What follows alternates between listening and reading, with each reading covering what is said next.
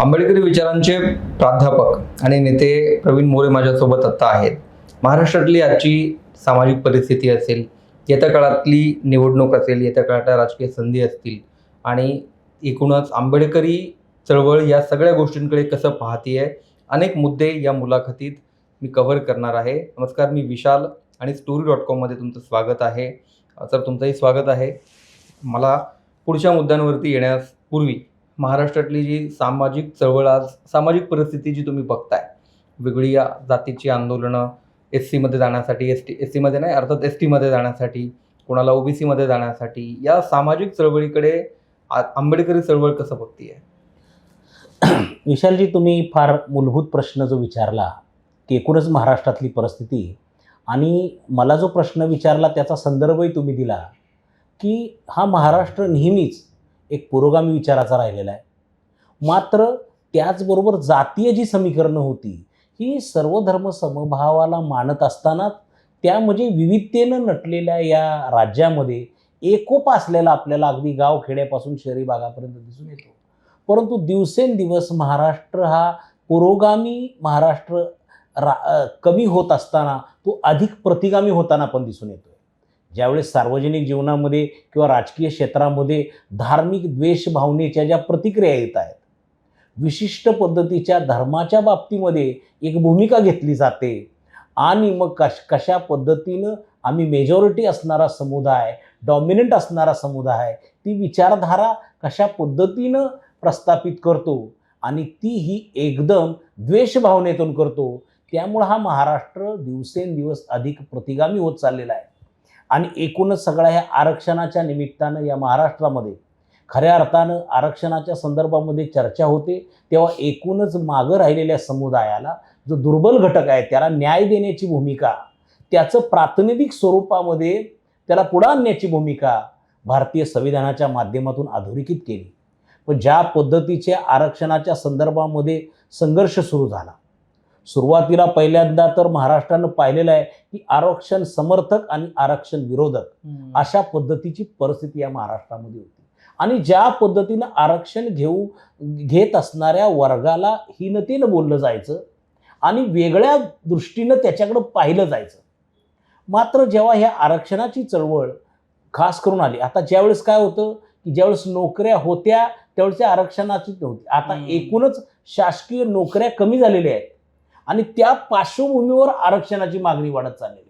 त्यामुळं सुरुवातीच्या कालखंडामध्ये मराठा आरक्षणाची भूमिका घेतल्यानंतर त्याच पद्धतीनं ते आरक्षण देण्याची महाराष्ट्रातल्या जाती समोर येत आहेत. म्हणजे धनगर विरुद्ध आता आदिवासी समोर येतील, जसं आता मराठाच्या समोर ओबीसी आले होते. म्हणजे तोच संदर्भ देऊन मी हे सांगतो की ते आरक्षण जेव्हा ओबीसीतून द्या अशा मागणी आल्यानंतर ओबीसी समुदाय सुद्धा खळबळून जागा झाला आणि आरक्षणाला आमचा विरोध नाही मराठा समाजाचा, परंतु ते संविधानिक चौकटीत द्यावं आणि ओबीसीतून ते देऊ नये.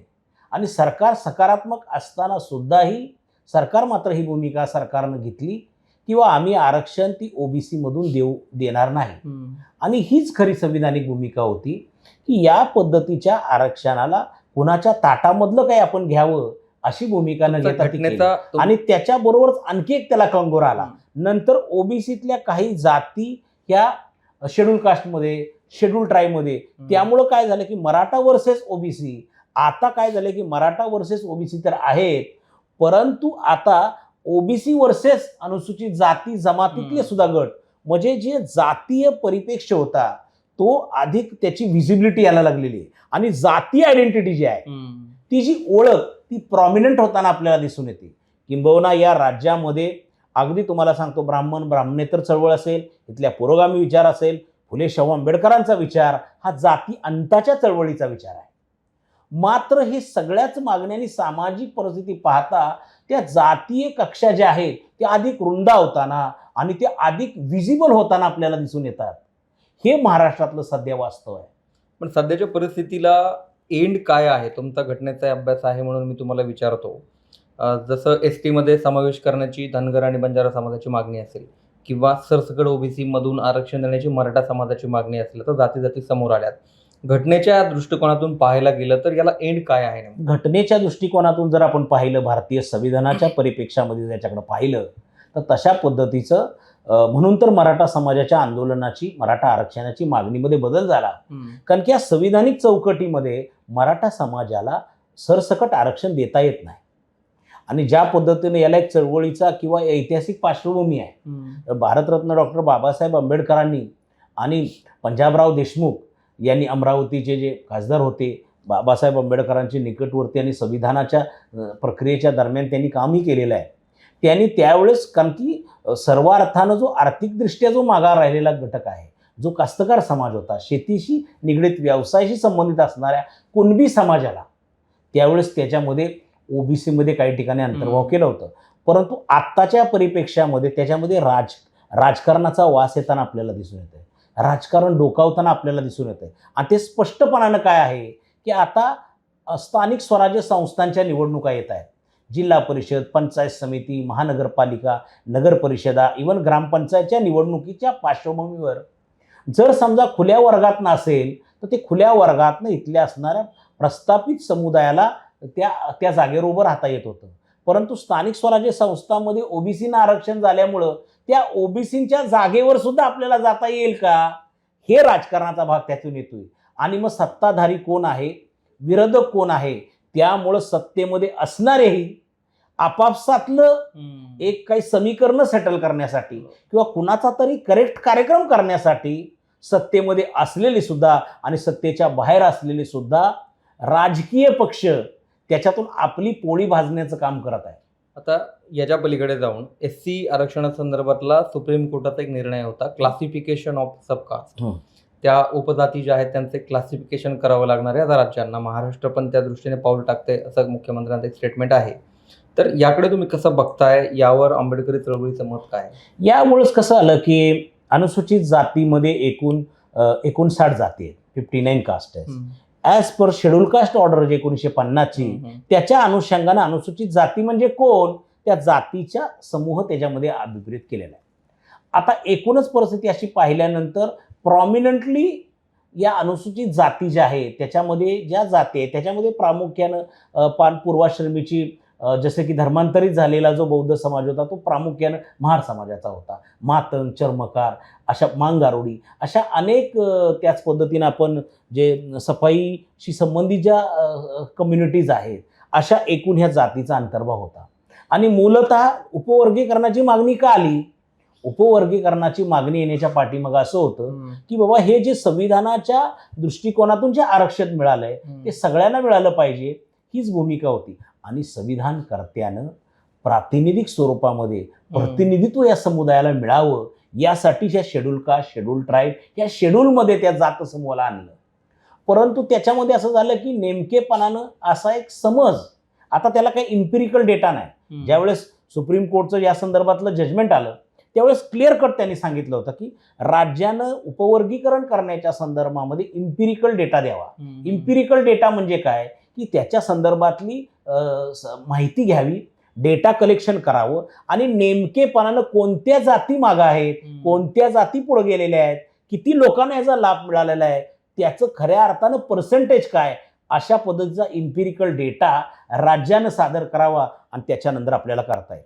यापूर्वी काय झालं होतं, आंध्र प्रदेशमध्ये, तेलंगणामध्ये या उपवर्गीकरण म्हणजे त्या ठिकाणी मालामादिक असणाऱ्या समुदायाच्या संदर्भामध्ये, पंजाबमध्ये असताना त्या ठिकाणच्या असणाऱ्या शेड्यूल कास्टमधल्या काही पुढारलेल्या जाती आणि मागासलेल्या जाती, अशा बिहारमध्ये महादलित वगैरे अशा काही कॉन्सेप्ट, अशी काही चर्चा सुरू झाल्यामुळं या ठिकाणी सुद्धा प्रामुख्याने शेड्यूल कास्टमध्ये 2 प्रभावी जात समुदाय आपल्याला दिसून येतात.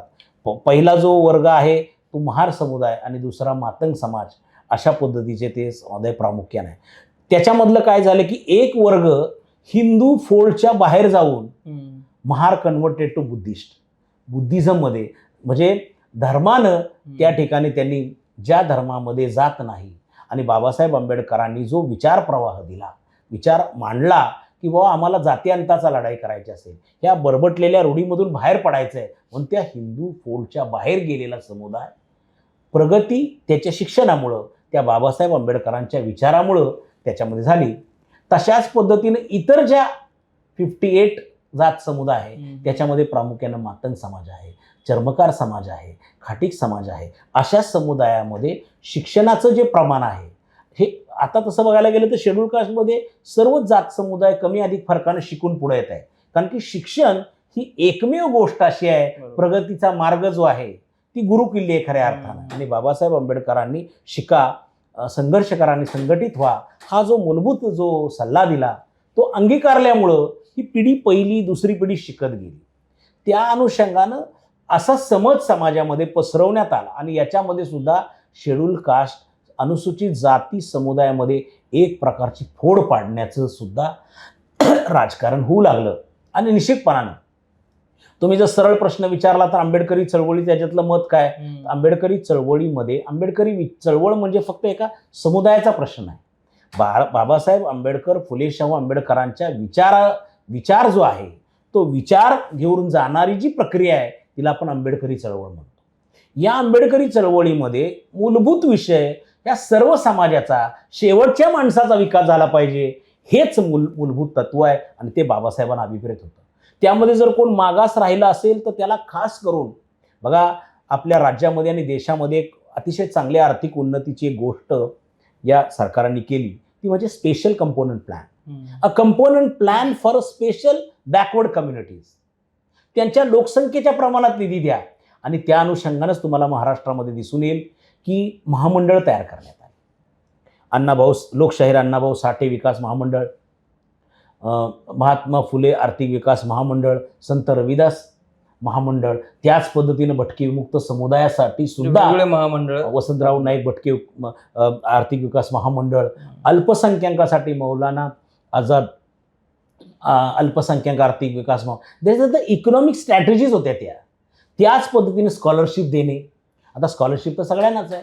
त्याच पद्धतीनं तुम्हाला सांगतो रिझर्वेशन इन तुम्हाला सांगतो त्या seats of admission, reservation in services, या सगळ्या परिप्रेक्ष्यामध्ये त्या अनुषंगाने हा समुदाय मागं राहिला अशा पद्धतीची चर्चा म्हणून सरकारनं बार्टी जी संस्था आहे डॉक्टर बाबासाहेब आंबेडकर संशोधन आणि प्रशिक्षण संस्था पुणे त्याला त्या संदर्भामध्ये अहवाल द्यायला सांगितला होता. आणि मग ते अहवाल जो आहे तो अहवाल अद्याप तसा काही आलेला नाही. परंतु त्या अहवालाबाबतीमध्ये जो बेसिक त्याचे ऑब्झर्वेशन्स आले त्याच्यावरच काही लोकांनी आक्षेप घेतले म्हणून आंबेडकरी चळवळीमध्ये गैरसमज झाले. आणि एकूणच या वर्गीकरणाच्या बाबतीमध्ये की आमच्या अनुसूचित जातीमध्ये फोड पाडू नका, त्यांना वेगळं काही करू नका अशा पद्धतीची एक भूमिका आली. परंतु निश्चितपणानं माझं वैयक्तिक मत असं आहे की भारतरत्न डॉक्टर बाबासाहेब आंबेडकरांनी जो विचार या ठिकाणी दिला तो अगदी शेवटच्या माणसाचं कल्याण झालं पाहिजे. भारतीय संविधानाच्या आर्टिकल 46 नुसार जो अनुसूचित जाती जमातीतील जो दुर्बल घटक आहे त्याचं संरक्षणही झालं पाहिजे आणि त्याची आर्थिक उन्नती झाली पाहिजे. त्या अनुषंगानं जो मागं राहिला असेल त्याला पुढं आणण्याची भूमिका आपली आहे. त्यामुळं जर हा हेतू खऱ्या अर्थानं जर काही जात समुदाय मागं राहत असतील, आर्थिकदृष्ट्या शैक्षणिकदृष्ट्या मागं राहत असतील तर त्यांना पुढं आणण्यासाठी जर वर्गीकरण ही रणनीती जर योग्य असेल तर ती केली तरी आपण हरकत नाही. कारण की जो संविधानाचा आणि चळवळीचा हेतू आहे तो हेतूच मागं राहिलेल्या जात समुदायाला त्यातल्या प्रातिनिधिक स्वरूपामध्ये त्यांना पुढे आणण्याचं काम आहे. महाराष्ट्र सरकारने त्या दृष्टीने पाऊल टाकलं असे संकेत मिळतात म्हणून तो प्रश्न विचारला. मला तुम्हाला दुसरा प्रश्न तुम्ही आठवले साहेबांचे अत्यंत जवळचे सहकारी आहात म्हणून विचारायचा आहे. जेव्हा महाराष्ट्रातली ही सामाजिक परिस्थिती जातीत उभा राहणं वगैरे ह्या सगळ्या गोष्टी असतील याच्यावर RPIचं आठवले साहेबांचं मत काय असतं? निश्चितपणानं हे आपण सगळ्यांनी समजलं पाहिजे की आठवले साहेबांना संघर्ष नायक म्हणून बोललं जातं. रामदास आठवले ही जी व्यक्ती आहे, हे जे नेते आहे हे तळागाळामधून घडलेलं व्यक्तिमत्व आहे. एक समाजाचं प्रतिनिधित्व म्हणते आहे.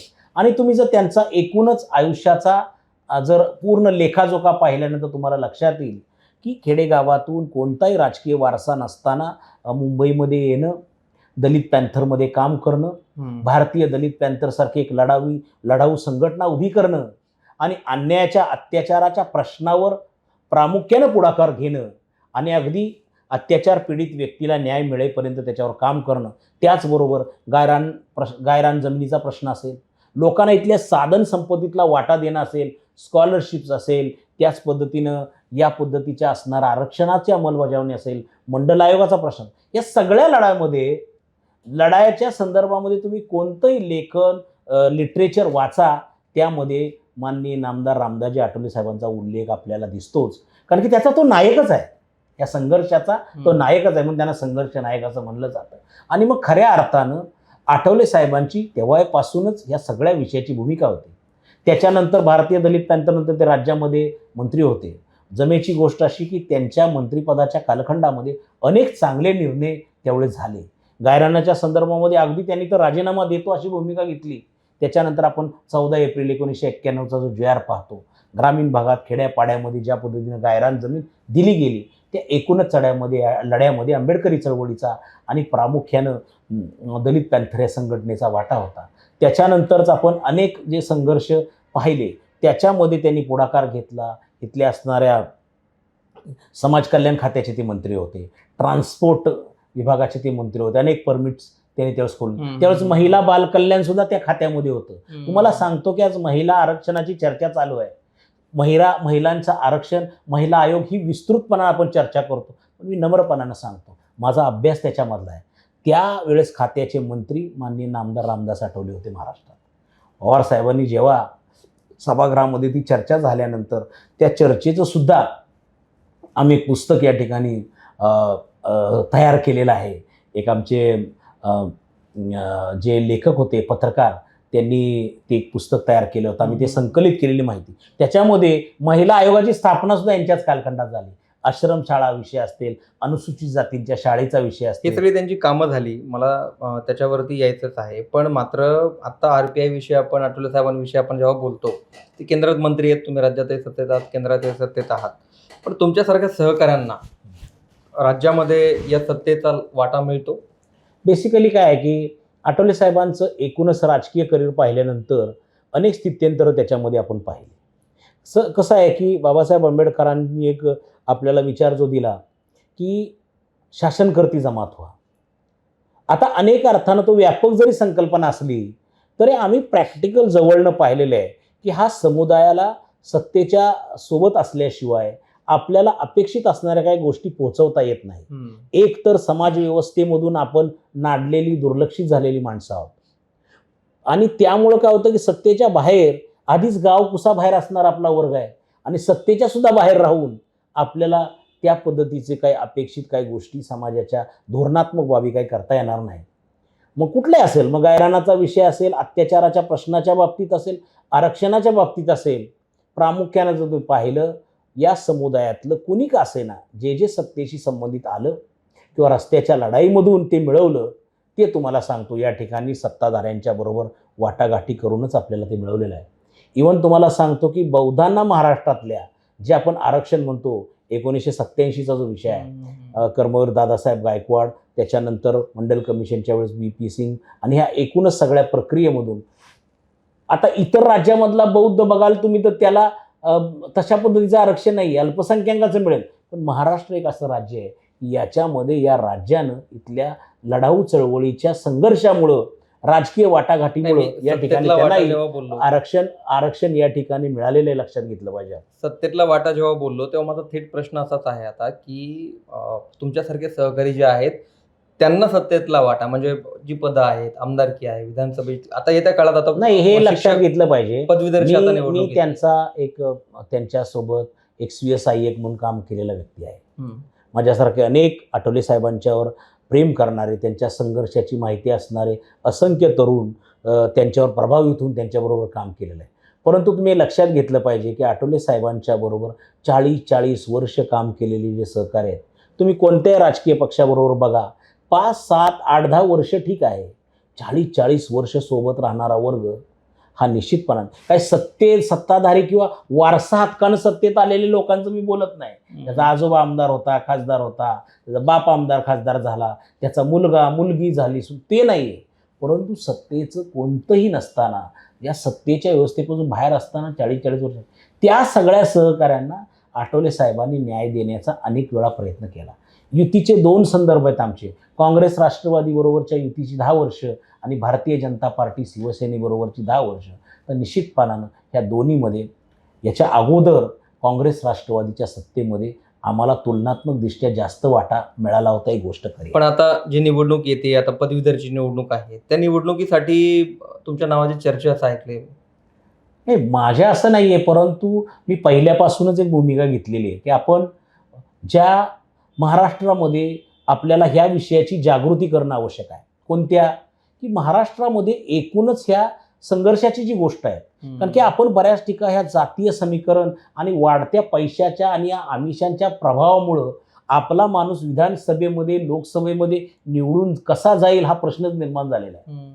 पूर्वी ते शक्य होतं, परंतु आज मी असं पाहतो की या समुदायामधला, मागासवर्गीय समुदायामधला, फुले शाहू आंबेडकरी विचाराला प्रमाण मानणारा जो वर्ग आहे त्याच्यामध्ये शिक्षणाचं प्रमाण वाढलेलं आहे. आणि बाबासाहेब आंबेडकरांनी सुद्धा उच्च शिक्षण आणि शिक्षणाला फार महत्त्व दिलेलं आहे. आपल्याला माहिती आहे किंवा शिक्षण हे वाघिणीचं दूध आहे आणि जो पितो तो गुरगुरल्याशिवाय राहत नाही, अशी एक म्हण या ठिकाणी म्हणतो. आणि तुम्हाला खरं सांगतो मी की शिक्षणाचं प्रमाण वाढल्यानंतर आम्ही ज्यावेळेस सातत्यानं आता हा जागृती करत आहे की महाराष्ट्रामध्ये पदवीधर आणि शिक्षक हे मतदारसंघ आहेत. महाराष्ट्रामध्ये पदवीधरांचे 7 म्हणजे विभागवार आहेत ते, जसं की मुंबई, कोकण, मराठवाडा, उत्तर महाराष्ट्र, त्याच्यानंतर तुम्हाला सांगतो विदर्भामध्ये पूर्व विदर्भ, पश्चिम विदर्भ, अशा पद्धतीचे हे 7 जे महसुली विभाग आहेत त्या अनुषंगानं 7 पदवीधरचे आणि 7 शिक्षक मतदारसंघ. हा जो मतदार आणि तो उमेदवार हा उच्च शिक्षित किंवा शिक्षण केलेला तो वर्ग आहे, म्हणजे किमान तो ग्रॅज्युएट, पोस्ट ग्रॅज्युएट झालेला वर्ग आणि नोकरीत असणारा वर्ग आहे. आमचा असा समज आहे की बाबासाहेब आंबेडकरांच्या, फुले शाहू आंबेडकरांच्या विचाराला प्रमाण मानणारा शिक्षित वर्ग तरी आपण असं म्हणतो की तो शहाणा वर्ग आहे, तो समाजाला एक दिशा देऊ शकतो अशा पद्धतीचा तो वर्ग आहे. आणि त्यानं मग या क्षेत्रामध्ये आलं पाहिजे. कारण की काय आहे, हे मतदारसंघ जर आपण पाहिले तर हे मतदारसंघ असे आहे, हे मतदारसंघ ते विभागवार आहे आणि शिक्षित प्रतिनिधीला निवडून देण्याची संधी आहे. बरोबर. किंवा अपेक्षा हीच आहे की शिक्षण क्षेत्रातले प्रश्न त्यांनी त्या ठिकाणी मांडावेत. उच्च शिक्षणाचे प्रश्न असतील, ग्रामीण भागामधील जिल्हा परिषद किंवा प्राथमिक शिक्षणाचे प्रश्न मांडावेत. परंतु परिस्थिती अशी आहे, आज मी आग्रही पदवीधर आणि शिक्षक मतदारसंघाच्या बाबतीत फुले शाहू आंबेडकरी चळवळीतील खास करून आपल्या शिक्षित वर्गाला मी या ठिकाणी आव्हान करून सांगणार आहे की आपण या क्षेत्राकडे वळलं पाहिजे. का वळलं पाहिजे? कारण की या ठिकाणी शिक्षित वर्गाचं मतदान आहे आणि आपल्या समुदायामध्ये मोठ्या प्रमाणात शिक्षणाचं प्रमाण आहे. तुम्हाला मी नम्रपणानं सांगतो, ज्यावेळेस आम्ही कुर्ला, चेंबूर या मतदारसंघामध्ये पाहतो किंवा एकूणच दक्षिण मध्य लोकसभा मतदारसंघामध्ये पाहतो, तुम्हाला विशालजी मी नम्रपणानं सांगतो, कोणत्याही घरामध्ये जा, त्या घरामध्ये किमान तुम्हाला 3 किंवा 4 लोक हे पदवीधर मिळतील. ही खरं अर्थानं तुम्हाला सांगतो, स्वातंत्र्य आपल्याला मिळाल्यानंतर, संविधान लागू झाल्यानंतर 75 वर्षामधली मोठी क्रांती आहे की ज्या समुदायामध्ये जो समुदाय अस्पृश्य म्हणून समजला जात होता, गाव कुसाबाहेर होता, शिक्षणाची संधी नव्हती, या भारतीय संविधानाच्या माध्यमातून ते शिक्षित झाले, पहिली दुसरी पिढी शिकू शकली आणि बाबासाहेबांनी दिलेला शिका हा मूलमंत्र अंगीकारला. त्यामुळं जेव्हा आम्ही या भागामध्ये फिरलो, एका कुटुंबात किमान 3 किंवा 4 लोक हे पदवीधर आहेत. कुटुंब प्रमुख कदाचित कष्टकरी आपल्या उपजीविकेसाठी मुंबईत आला असेल, त्याने शिक्षण पूर्ण करता आलं नसेलही, परंतु त्यांचा मुलगा, त्यांची मुलगी, त्यांची सून, नातवंड ही शिकलेली आहेत. आणि हा बाबासाहेब आंबेडकरांनी दिलेल्या विचाराचा मोठा विजय आहे. त्यामुळं किमान आपण या परिसरामध्ये जरी काम केलं, आता उदाहरणार्थ आपण पाहिलं तर नवी मुंबईसारखा परिसर आहे जो कोकण पदवीधर आणि शिक्षक मतदारसंघामध्ये येतो.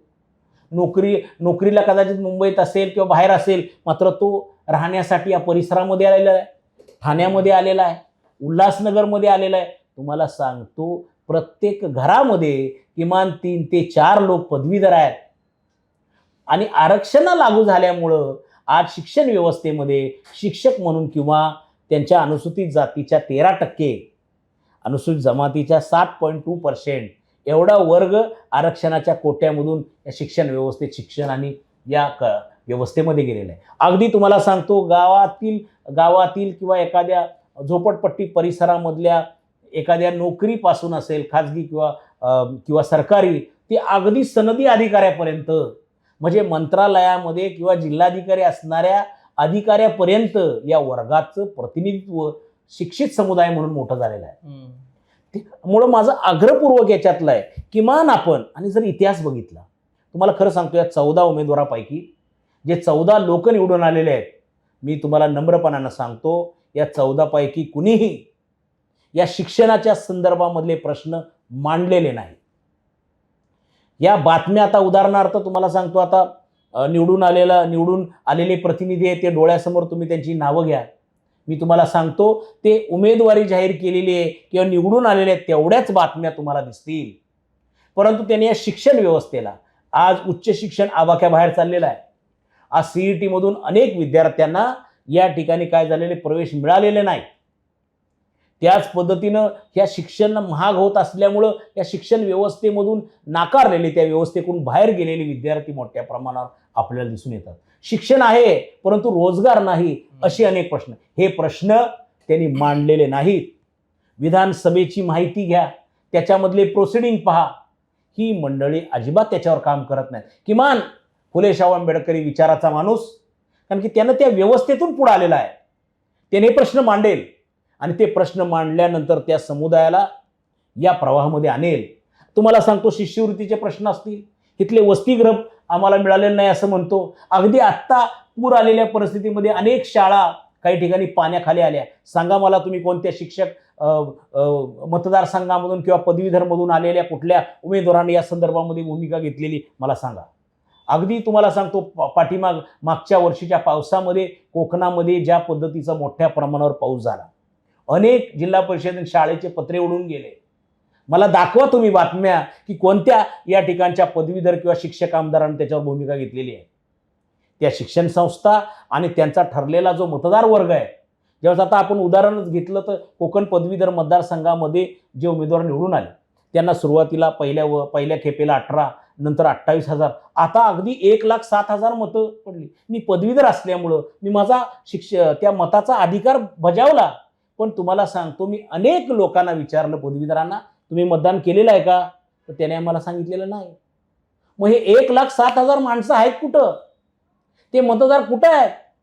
खरोखरच ते मतदार आहेत का? हाच प्रश्न या ठिकाणी उपस्थित होतो. आणि म्हणून या बहुजन वर्गातील शिक्षित मंडळीला मला आवाहन करायचं आहे, किमान आपण ह्या 14 जागा 7 पदवीधरच्या आणि 7 शिक्षक मतदारसंघाच्या आपल्याला जिंकाव्या लागतील. एक शिक्षित प्रतिनिधी या समुदायाचा म्हणून आपल्याला जागा मिळवाव्या लागतील. आणि त्या मोक्याच्या जागा मिळवल्याशिवाय शिक्षण जे प्रगतीचं माध्यम आहे त्यामध्ये आपल्याला हस्तक्षेप करता येणार नाही. शेवटच्या माणसाला, अनुसूचित जाती जमाती बहुजन वर्गातील समुदायाला आपल्याला न्याय देता येणार नाही. उच्च शिक्षणाचं अनेक बजेट तुम्ही पाहिलं असेल, उच्च शिक्षणाच्या सगळ्या माध्यमं तुम्ही पाहिले असतील, परंतु त्यामध्ये हस्तक्षेप आपल्याला दिसून येत नाही. त्यांना मिळालेला आमदार निधीसुद्धा ते वापरतात का नाही, ही सुद्धा शंका या ठिकाणी मला या निमित्तानं उपस्थित करायची आहे. कारण की उच्च शिक्षणाची किंवा शिक्षण रिलेटेड प्रश्न इतरही लोक मांडतात, मग तुम्हाला त्या खास एक त्या वर्गाचं प्रतिनिधित्व म्हणून निवडून दिलेलं आहे, तुम्ही आपले हक्क आणि आपली जबाबदारी बजावत नाही, अशी परिस्थिती आहे. आता तुम्ही पदवीधरची चर्चा करताना काही मुद्दे सांगितले की आमचे तरुण आता प्रत्येक घरात शिकले, डिग्र्या त्यांच्या हातात आल्यात. RPIचे तुमचे बालेकिल्ले खूप आहेत, आंबेडकरी विचारांचे खूप मतदारसंघ असे आहेत त्यांचा तो बालेकिल्ला आहे. मात्र त्यांना तिथून यश येताना नाही दिसत. जेव्हा आपण प्रत्यक्ष निवडणुकीला उभे राहतो, नेमकं त्यावेळी काय होतं? उदाहरण देऊन सांगा काय. निश्चितपणानं की मी खरोखर तुम्हाला सांगतो की सुनील खोब्रागडे म्हणून एक अभ्यासक आहे, जनतेचा महानायक नावाचं वर्तमानपत्र ते चालवायचे. त्यांनी एक अभ्यास केला होता, तो मी अभ्यास पूर्ण वाचलेला आहे. त्यांनी अशाच परिस्थितीमध्ये आंबेडकरी चळवळीतील माणसं का निवडून येत नाहीत याच्यावर मांडलं होतं.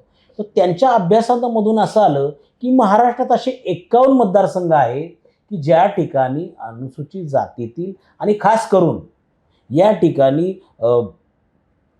बौद्ध समाजातील माणूस निवडून येऊ शकतो. कारण काय होतं, आरक्षणाच्या जागेवर पूर्वी प्रामुख्यानं बौद्ध समाजातील, त्याच पद्धतीनं मातंग समाजातील, चर्मकार समाजातील लोक निवडून यायचे. प्रमाण या प्रमाणात होतं. नंतर काय झालं की ह्या हिंदू फोल्डच्या चौकटीमध्ये बौद्ध समाज थोडासा आयसोलेशनमध्ये गेल्यानंतर अनुसूचित जातीसाठी आरक्षित असणाऱ्या महाराष्ट्रातल्या 29 जागेचा जर आपण लेखाजोखा पाहिला किंवा विधान परिषदेमध्ये नेमणाऱ्या आमदारांचा पाहिला तर प्रामुख्यानं या वर्गाला थोडंसं आयसोलेट करून बाजूला केलेलं आपल्याला दिसून येतं. या एकूणच परिस्थितीमध्ये तुम्ही जो मूलभूत प्रश्न आणि फार महत्त्वाचा प्रश्न आज विचारलेला आहे तो कोणता प्रश्न आहे की बालेकिल्ले. तुम्हाला खरोखर सांगतो, आंबेडकरी चळवळीचे काही आंबेडकरी विचाराचे जिल्हे आहेत, काही मतदारसंघ आहेत. म्हणजे आता उदाहरणार्थ तुम्ही जर पाहिलं नांदेडसारखा जिल्हा आहे. नांदेडमध्ये फार पूर्वी या ठिकाणी ज्यावेळेस शेड्यूल कास्ट फेडरेशनचे खासदार निवडून आले होते सोनोली नावाचे. तुम्हाला सांगतो या पुणे जिल्ह्यामधून निवडून आले होते, कोपरगावमधून निवडून आले होते, अहमदनगरच्या, आता अहिल्यानगर आपण म्हणतो. मुंबई वरळीसारखा बालेकिल्ला होता, BC कांबळे त्या ठिकाणी निवडून आले होते. चेंबूर परिसर आहे. माननीय नामदार रामदास आठवले साहेब त्यावेळेच्या आता जो दक्षिण मध्य आहे त्यावेळेस तो दक्षिण उत्तर असा मोठा मतदारसंघ होता. त्याच्यामध्ये भरघोस मतानं शिवसेनेच्या बालेकिल्ल्यामधून निवडून आले होते. आपण ज्या चेंबूर आणि कुर्ला नेहरू नगर मतदारसंघ म्हणतो की जी त्या ठिकाणच्या असणाऱ्या मागासवर्गीय बौद्ध आणि मुस्लिम बहुल मतदारसंघामध्ये हायेस्ट मतं त्या ठिकाणी त्यांना पडली होती आणि त्या ठिकाणी नारायण आठवले नावाच्या व्यक्तीचा पराभव आठवले साहेबांनी केला होता. हे असे सर्व जवळजवळ जसं की सुनील खोब्रागडे यांच्या अभ्यासामध्ये 51 मतदारसंघ अगदी विदर्भ, मराठवाडा, मुंबई ह्या प्रांतामधले त्यांनी दिले होते. आपण विस्तारानं सुद्धा त्याच्यावर चर्चा करू शकतो. पण आता जो मूलभूत प्रश्न या बालेकिल्ल्यांचं काय झालं, आज ज्यावेळेस आपण पाहतो वरळी हा खरोखरच आंबेडकरी चळवळीचा आणि रिपब्लिकन पक्षाचा बालेकिल्ला होता. या बालेकिल्ल्यामध्ये सातत्यानं या ठिकाणी रिपब्लिकन नेतृत्व निवडून आलं होतं. परंतु आज आपण पाहिल्यानंतर आपण बघतो की त्या ठिकाणी शिवसेनेचे आदित्य ठाकरे निवडून आलेले. निश्चितपणानं लोकांनी त्यांच्या बाजूला कौल दिला, ते निवडून आले. आपला त्याच्याबद्दल आक्षेप नाही आहे. परंतु मग या आंबेडकरी चळवळीच्या बालेकिल्ल्याचं काय झालं? चेंबूर हा नेहमीच बालेकिल्ला आंबेडकरी चळवळीचा राहिलेला आहे. चेंबूर, कुर्ला, नायगाव, वडाळा हा एकूणच परिसर, घाटकोपर, रमाबाई आंबेडकर नगर असेल, हा एकूणच म्हणजे तसं बघायला गेलं तर मुंबईमधल्या जवळजवळ 120 झोपडपट्टी बहुल एरिया हा प्रामुख्यानं आंबेडकरी चळवळीचा बालेकिल्ला असणारे आहेत. त्यामध्ये पूर्वी 12 नगरसेवक निवडून आले होते किंवा काही पॉकेट्समध्ये येत होते. आज परिस्थिती अशी झाली, इलेक्टिव्ह मेरिट आणि ह्या वाढत्या आर्थिक आणि बाकीच्या प्रभावामुळं आंबेडकरी चळवळीतला माणूस निवडून येत नाही. परंतु मग हे बालेकिल्ल्याचे बुरुज ढासळलेत का? तर मला असं वाटतं की पुन्हा एकदा या आंबेडकरी चळवळीच्या आणि रिपब्लिकन पक्षाच्या बालेकिल्ल्याची बांधणी आपल्याला करावी लागेल. वरळी मतदारसंघ हा रिपब्लिकन पक्षानं जिंकला पाहिजे. आजही तुम्हाला सांगतो चेंबूरसारखा मतदारसंघ आहे. या ठिकाणी चंद्रकांत हांडोरे साहेब निवडून आले होते. आंबेडकरी चळवळीचा भले ते काँग्रेसमध्ये जरी गेले असतील तरी आंबेडकरी चळवळीचा चेहरा म्हणून ते निवडून आले. आज आपण जर पाहिलं उदाहरणार्थ रमाबाई आंबेडकर नगर, एवढी मोठी घटना त्या ठिकाणी हत्याकांड झाला. रमाबाई आंबेडकर नगर ही आंबेडकरी चळवळीचं एक बालेकिल्ला म्हणून होता. परंतु तिथला नगरसेवक निवडून येत नाही, आमदार निवडून येत नाही. वडाळा, नायगाव सारखा कोकण आणि त्या नगर प्रांतामध्ये मोठ्या प्रमाणाची मागासवर्गीयांची वस्ती, नगरसेवक निवडून येत नाही आणि त्याच्यानंतर आमदार तिथला निवडून येत नाही. ह्या एकूणच जर मुंबईचा आपण जसं की उदाहरणार्थ तिकडं मालाडमध्ये केतकीपाडा, दहिसर हा परिसर पाहिला, मराठवाड्यामधून उपजीविकेसाठी आलेली असंख्य लोक स्थिरावली. बालेकिल्ले चळवळीचे आहेत म्हणजे मोर्चासाठी गर्दी आहे, आंबेडकरी चळवळीचा जल्लोष आहे, परंतु इलेक्टिव्ह मेरिट नाही आहे. ज्यावेळेस आपण जनसागर, भीमसागर मी म्हणतो की ज्यावेळेस 6 डिसेंबरला असेल, 14 एप्रिलला असेल तो जमा होतो, मग तो मताच्या वेळेस कुठं जातो? मान दुर्दैवानं मग ह्या बालेकिल्ल्यामधले जे काही शिलेदार होते ते ज्यावेळेस आज आम्ही दुसऱ्या जे मूलतः रिपब्लिकन चळवळीच्या विरोधामधले पक्ष आहेत की ज्यांच्याशी लढण्यामध्ये आयुष्य आंबेडकरी चळवळीतील दलित पॅन्थरनं रिपब्लिकन पक्षानं घालवलं, त्यांच्या बॅनरवर ते दिसतात. जय भीम के नारे पे खून बहे तो बहने जो, म्हणणारा माणूस अंगावर भगवं उपरणं घेऊन ज्यावेळेस एखादी घोषणा देतो, हे आपण पाहतो. एखादा वाघमारे, कांबळे, भोसले शत्रूच्या बॅनरवर आपल्याला दिसून येतो. हे त्यामुळे हे बालेकिल्ले का असं झालं, तर या पक्षाचं अस्तित्व आपल्याला प्रामुख्याने बालेकिल्ल्यामध्ये टिकून ठेवता आलं नाही. आज तुम्ही बघाल या ज्या आंबेडकरी चळवळीच्या वस्त्या आहेत, झोपडपट्टी भाग आहे, तो विकसित झाला नाही. का झाला नाही? आता आपण बघितलं तर सिद्धार्थ कॉलनी झोपडपट्टी विकसित नाही, चेंबूरची. त्याच पद्धतीने कुर्ल्याची परिस्थिती तशी आहे, रमाबाई आंबेडकर नगर घाटकोपर परिस्थिती अशी आहे. म्हणजे आमच्या बालेकिल्ल्यातील आमच्या माणसाला चांगलं घर द्यायचं नाही का? ते चळवळीची जबाबदारी आहे का सरकारची जबाबदारी आहे? या राज्यावर राज्य करणाऱ्यांना वाटायला पाहिजे ना की मागासवर्गीयांचा आपण विकास करत नाहीये, त्यांना आपण निवारा देऊ शकलो नाही. या महानगरीमध्ये अनेक लोक, अनेक वस्त्या, म्हणजे उच्चभ्रू असणारी गैर अनुसूचित जाती जमातीच्या लोकांच्या झोपडपट्ट्यां ते एरिया विकसित झाले, नागरी सुविधा मिळाल्या. माझ्या या भीमलेकरांना, त्या अनुयायांना का नाही मिळाली? मला वाटतंय आपला प्रश्न आहे हा. या ठिकाणी आम्ही या मुंबईचे, या महाराष्ट्राचे नागरिक आहोत, त्याच्या उभारणीमध्ये आमचं योगदान आहे. मग आम्हाला तुम्ही आमच्या सोयी सुविधा निवारा का देऊ शकला नाही? त्याचा शोध घ्यावा लागेल. शासनानं प्रामुख्यानं मागासवर्गीय वस्त्यांचं पुनर्वसन याच पद्धतीने झोपडपट्टी विकास केला पाहिजे. या सगळ्या मुद्द्यांच्या पलीकडे आता राजकीय सामाजिक मुद्दे आपण बोललो. मला शेवटाकडे वळताना एक महत्त्वाचा मुद्दा तुम्हाला विचारायचा आहे, ज्याची सतत चर्चा होत असते, तो म्हणजे एक कवच असलेला जो कायदा आहे, ॲट्रॉसिटी कायदा. तर त्या ॲट्रॉसिटी कायद्यावरती नेहमी चर्चा होत असते, सुप्रीम कोर्टापर्यंत प्रकरणं जातात की या कायद्याचा गैरवापर खूप मोठ्या प्रमाणात केला जातोय. तर या सगळ्यावरती तुमचं मत काय आहे? वेगवेगळ्या समित्यांचे अभ्यास आहेत या बाबतीतले, ते काय आहेत? हे निश्चितपणानं आपण समजून घेतलं पाहिजे की भारतीय संविधानाच्या माध्यमातून आपण आर्टिकल 17 जर बघितलं की अस्पृश्यता संपुष्टात आणण्याच्या संदर्भामधला जो मूलभूत अधिकार आहे, त्याच्या अनुषंगानं हे कायदे बनले गेले. हे कायदे काय असे आलेले नाही आहेत. या समुदायानं प्रचंड संघर्ष केलेला आहे. या सगळ्या घटनात्मक तरतुदी आणण्यामध्ये या समुदायाचा वाटा आहे.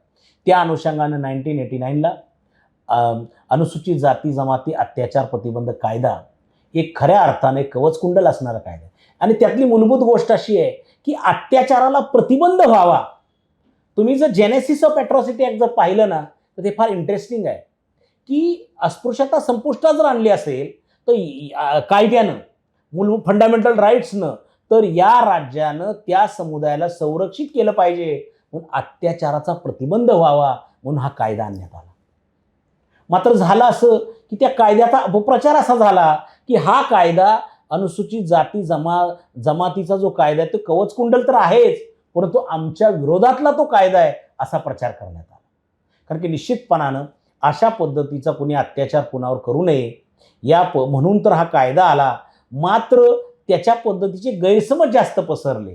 हा कायदा अतिशय चांगला समाजामध्ये एकोपा निर्माण करण्यात आला, मात्र त्याच्या अशा पद्धतीनं त्याचं गैरसमज करण्यात आले. त्यामधला दुसरा मुद्दा मी तुम्हाला सांगतो की अत्याचाराचे, जसं की आपण 10 वर्षानंतर, प्रत्येक 10 वर्षानंतर या महाराष्ट्रानं फार गंभीर प्रकारचे हिनियस क्राईम, ॲट्रॉसिटीज या समुदायाच्या आपण पाहिलेल्या आहेत. म्हणजे अगदी तुम्हाला सांगतो 97चा रमाबाई आंबेडकर नगरचा जो हत्याकांड आहे, 11 निरपराध लोक गेले. It's an heinous crime and atrocity against this community. आपण खैरलांजी पाहिलेलं, अंगावर शहारा येणारा तो प्रसंग, त्या ठिकाणी भूतमांगे कुटुंबावर घडलेला प्रकार, त्या ठिकाणी तर अख्खं कुटुंब मारलं जातं. हे सगळं घडलेलं आणि आहे. आजही आपण ती शृंखला थांबली नाही. ती शृंखला अगदी आंतरजातीय विवाह केला म्हणून मारलं, ठेचून मारलं, कुठल्या ठिकाणी मंदिरात प्रवेश करायचा प्रसंग आला ह्या गैरसमजातून मारलं गेलं, अशा प्रसंग घडतात. आणि ते फक्त फिजिकल ॲट्रॉसिटी नाही राहिली. आज अनेक अधिकारी, कर्मचारी, वेगवेगळ्या आस्थापनेत काम करणारी मंडळी सुद्धा the forms of atrocity change झाला आहे, तो त्याला दृष्टीत येतो. मध्ये अगदी तुम्ही फ्लाईटमध्ये बसलाय आणि तुम्हाला समजा एखाद्याचा फोन आला आणि जनरली चळवळीत, आंबेडकरी चळवळीत काम करणाऱ्या कुणाही आहे, किंवा मला सुद्धा जरी कुणाचा फोन आला तर आम्ही तो फोन घेतल्यानंतर आम्ही बोलतो, जय भीम बोला. तर ते इमिडिएट त्या शेजारी बसणाऱ्या किंवा त्या विमानात प्रवास करणाऱ्या माणसांच्या चेहऱ्यावरचे हावभाव पहा, ते चेंज होतात. कारण की इट इज डीप रूटेड मानसिकतेमध्ये तो गेलेला आहे. त्यामुळे फॉर्म चेंज झालेला आहे. आणि या परिस्थितीमध्ये ज्यावेळेस आम्ही अॅट्रॉसिटीच्या प्रश्नावर फॅक्ट फाइंडिंग करत होतो, लोकांना एज्युकेट करण्याचं काम करत होतो, तुम्हाला खरं सांगतो महाराष्ट्रामध्ये ॲट्रॉसिटीज होत आहेत, त्या वाढत आहेत, त्याचे फॉर्म बदलत आहेत, मात्र त्याचं शिक्षा होण्याचं प्रमाण आजही कमी आहे. या संदर्भामध्ये तुम्हाला सांगतो की मुख्यमंत्र्यांच्या अध्यक्षतेखाली हाय पॉवर कमिटी असायला पाहिजे, ती कृतीप्रवण असायला पाहिजे. जिल्ह्याच्या संदर्भात दक्षता नियंत्रण समिती पाहिजेत, त्या नेमलेल्या नाही. तुम्हाला सांगतो ॲट्रॉसिटी झालेल्या व्यक्तीला नुकसान भरपाई, कॉम्पन्सेशन मिळावं, ते सुद्धा वेळेत मिळालं जात नाही. म्हणजे अशा पद्धतीची, आणि सगळ्यात महत्त्वाची गोष्ट काय की त्यांना न्याय मिळाला पाहिजे. तर कन्व्हिक्शन रेट जो म्हणतो आपण किंवा शिक्षा होण्याचं प्रमाण ते अत्यल्प आहे. आणि महाराष्ट्रासारख्या राज्यामध्ये ते अल्प पद्धतीचं शिक्षा मिळण्याचं प्रमाण कन्व्हिक्शन, कारण की निर्दोष सुटतात. खून केलेली, दरोडा टाकलेली, लक्षात तुमच्या प्रॉपर्टीचं नुकसान केलेले अनेक केसेसमध्ये. फॅक्ट फाइंडिंग मध्ये तुमच्या कोणते ठळक मुद्दे समोर आले होते? बेसिकली आमच्या फॅक्ट फाइंडिंगमध्ये ज्यावेळेस, आता खरं तर मी सामाजिक कार्यकर्ता म्हणून काम करत असताना, एक मानवाधिकाराचं काम करत असताना, आम्ही लोक त्याच्या फॅक्ट फाइंडिंग करत असताना तुम्हाला सांगतो नम्रपणानं आम्ही एक उच्च न्यायालयामध्ये मुंबईच्या एक जनहित याचिका दाखल केली होती. 47 केसेस आम्ही त्याच्यामध्ये दाखल केल्या होत्या. मला फार सोलापूर, अमरावती आपला जो आणि लातूर ह्या 3 जिल्ह्याच्या काही केसेस आम्ही त्यामध्ये टाकल्या होत्या. आमच्या वतीनं ॲडव्होकेट संगराज रुपोते साहेब त्यावेळेस ती लढाई कोर्टातली लढत होते. मला फार वाईट अनुभव त्याच्यातला हा आला की आम्ही ती निश्चितपणानं चांगल्या ऑर्डर्स कोर्टाकडून मिळाल्या, सरकारनं त्या पद्धतीच्या अंमलबजावणी करून GR काढले. परंतु तुम्हाला सांगतो मी ज्या 47 केसेसचा संदर्भ दिला त्यातल्या फक्त 3 केसेस कन्व्हिक्शनपर्यंत पोहोचल्या, बाकीच्या सगळ्या निर्दोष सुटल्या. त्याच्यावर काही कारवाई झाली नाही. एक तर पहिल्यांदा केस रजिस्टर केली जात नाही, रजिस्टर केली तर प्रॉपर कलम लावली जात नाही, कलम लावल्यानंतर इन्व्हेस्टिगेशन ऑफिसर प्रॉपर तपास त्याच्यामध्ये करताना आपल्याला दिसून येतं, आणि 90 दिवसामध्ये चार्जशीट फाईल करायला पाहिजे, ती केली जात नाही. कॉम्पन्सेशन वेळेमध्ये दिलं जात नाही, आणि वेगवेगळ्या ट्रायल चालू असतात, त्या धमकावणं, दबाव टाकणं, हे सगळं त्याच्यामध्ये येतं. त्याच्यानंतर 2016ला सुधारित अधिनियम आला. बाबासाहेब आंबेडकर किंवा महापुरुषांच्या काही विडंबना केली तर त्याच्या संदर्भामध्ये त्याच्यामध्ये काही गुन्हे ॲड केले. त्यामुळे तो कायदा अधिक चांगला करण्याचा प्रयत्न केला, परंतु तेवढ्याच पळवाटाही त्याच्यामधून आल्या. त्यानंतर सेक्शन 4 होता पूर्वी, की ज्याच्यामध्ये कर्तव्यात कुणी कसूर केला अंमलबजावणी करण्यामध्ये तर त्याच्यावर कारवाई व्हायचं. तुम्हाला नम्रपणानं सांगतो एकही अशी केस माझ्या डोळ्यासमोर काम करत असताना आली नाही की एखाद्या अधिकाऱ्यानं कर्तव्यात कसूर केलाय आणि त्याला शिक्षा झाली. त्यामुळं आंबेडकरी चळवळीचा अत्याचाराच्या प्रश्नावर काम करणं फार महत्त्वाचा मुद्दा आहे, परंतु त्याच्यामधून न्याय मिळत नाही. हे एक अजून आहे की शेवटी थोडक्यात ॲट्रॉसिटीचा वापर आजकाल एखादा सर्वसाधारण आमदार आहे तो त्याच्या समोरच्या विरोधकाची जिरवण्यासाठी सुद्धा एखाद्या आपल्या दलित कार्यकर्त्याला हाताशी धरतो आणि समोरच्यावरती केस टाकतो, किंवा एखादा गाव पातळीवरती एकमेकाचा बदला घेण्यासाठी पण. तर या केस कशा कन्व्हिक्शनपर्यंत जातील? मूलतः काय आहे की आपण जे बोलतो की अशा पद्धतीचा याचा खऱ्या अर्थानं गैरवापर, जो अनुसूचित जाती जमातीवर आरोप केला जातो ना, तो आरोप खरा नाही आहे. कारण की या पद्धतीचा आरोप खरा नाही. मी यासाठी ठामपणानं म्हणतो, काही अपवादात्मक काही घटना घडल्या असतील, परंतु मी यासाठी सांगतो खास करून बलात्कार, खून ह्या गंभीर ज्या घटना आहेत त्या खोट्या असू शकत नाही. परंतु गावगाड्यामध्ये एकमेकाची दुश्मनी काढण्यासाठी सुद्धा काही केसेस झालेल्या नोंद आहेत, आणि त्याच्यामध्ये या समुदायाला बळी दिलं जातं आणि त्यांचे राजकीय हेतू सफल करण्यासाठी सुद्धा काही ठिकाणी त्याचा वापर केला जातो. ही गोष्ट खरी, परंतु हा आरोप दोन्ही बाजून आहे. ज्या पद्धतीनं या समुदायाला की तुम्ही खोट्या केसेस करता असं सार्वजनिकरित्या बोललं जातं, त्याच पद्धतीनं गैर अनुसूचित जाती जमातीतील वर्गानं सुद्धा कदाचित त्याचा गैरवापर केलेला आहे, असे अनेक एव्हिडन्सेस आपल्याला दिसून येतात.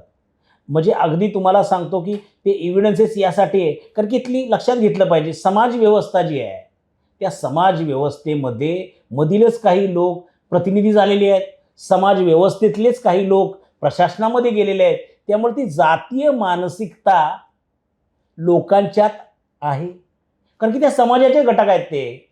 त्यामुळं या पद्धतीच्या कायद्यांचं अंमलबजावणी होत नाही. तर तटस्थपणानं संविधानाच्या चौकटीचा माणुसकीच्या दृष्टिकोनातून जर या वर्गाच्या न्यायाकडे आपण पाहिलं आणि त्या पद्धतीचं जर काम केलं तर निश्चितपणाने या समुदायाला न्याय मिळेल. निश्चितपणाने या महाराष्ट्राला, मी मगाशी बोललो, एक पुरोगामी विचाराचा फार मोठा वारसा आहे.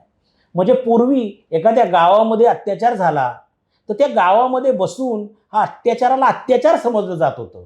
परंतु आज जर एखाद्या गावामध्ये जर अत्याचार झाला तर बाबा आमच्या समाजानं जर केलाय, आम्ही जर काही बोललो तर समाजाच्या विरोधात जाऊ म्हणून प्रस्थापित वर्गातला माणूससुद्धा पुढे येत नव्हता. गावगाड्यामधला एखादा पाटील, पोलीस पाटील पुढे येऊन सांगत होता की बाबा हे चुकलेलं आहे, असं करू नका, तो आपला समाज आहे, असं म्हणायला आज शाहू महाराजांचा, शिवाजी महाराजांचा वारसा सांगणारी माणसं सुद्धा कमी झालेली आहे. बरोबर. तर हे काही मुद्दे होते महत्त्वाचे, आंबेडकरी विचार यावरती जाणून घ्यायचे होते. प्रवीण सरांचा त्याच्यावरती खूप मोठा अभ्यास आहे, त्याच्यामुळे हे वेगळे मुद्दे जाणून घेतलेत. तुमची मतं कमेंटमध्ये जरूर लिहा. त्यांचे कोणते मुद्दे तुम्हाला आवडलेत, कशाशी तुम्ही सहमत आहात नाही, सगळं कमेंटमध्ये तुम्ही लिहू शकता. चॅनल सबस्क्राईब जरूर करा. पुन्हा भेटू नव्या व्हिडिओत.